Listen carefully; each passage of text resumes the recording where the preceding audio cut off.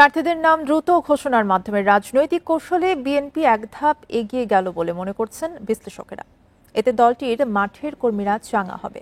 শুধু তাই নয়, অসুস্থ হলেও দলের চেয়ারপারসন খালেদা জিয়াকে প্রার্থী করায় ভোটের মাঠে দলের শক্তি বহুগুণে বাড়বে বলেও মত বিশ্লেষকদের। রেইনবো অ্যাক্রোপ্লাস্টে অ্যাক্রিলিক এমালশন থাকায় মুছে ফেলা যায় যে কোনো দাগ সহজেই। Rainbow paints, colour of joy. নির্বাচন নিয়ে সবচেয়ে সোচ্চার দল হলো মাঠ গোছানোয় বিএনপি পিছিয়ে আছে বলে ধারণা ছিল অনেকের। প্রার্থীদের তালিকা ঠিক করতে দলটির আরও সময় লাগবে বলেও মনে করতেন রাজনীতি সচেতনরা। কিন্তু বড় দলগুলোর মধ্যে প্রথম প্রার্থী ঘোষণা করে দলটি চমক দিয়েছে বলে মনে করেন যোদ্ধারা। বিএনপির প্রার্থী নির্ধারণ রাজনৈতিক কৌশলে জেতাই শুধু নয়, তৃণমূলকে চাঙ্গা করবে বলে মনে করেন বিশ্লেষকরা।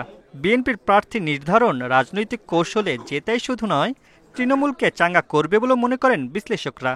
বিএনপির এটা একটা স্ট্র্যাটেজিক মুভ, হয়তো এক দুদিন এগিয়ে তারা এটা করলো। এবং এখন যেটা হবে যে মাঠ পর্যায়ে যে দ্বিধাদ্বন্দ্ব ছিল প্রার্থীদের, যে কে প্রার্থী হবে না হবে, এর আগে আমরা জানি যে তারেক রহমান সাহেব সবগুলো তাদের যে সম্ভাব্য প্রার্থী তাদের সাথে মিটিং করেছেন এবং বলেছেন যে একক প্রার্থীর পক্ষে কাজ করা হবে।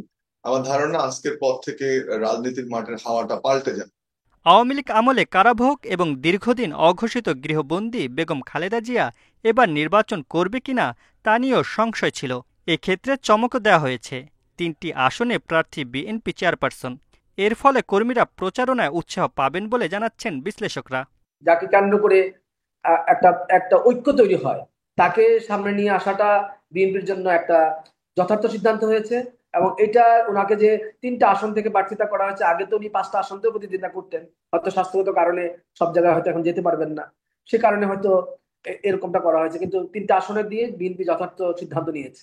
প্রার্থী নির্বাচনের ক্ষেত্রে ত্যাগীদের মূল্যায়ন করা হয়েছে জানিয়ে একে সময়োপযোগী সিদ্ধান্ত বলে বর্ণনা করেছেন বিশ্লেষকরা।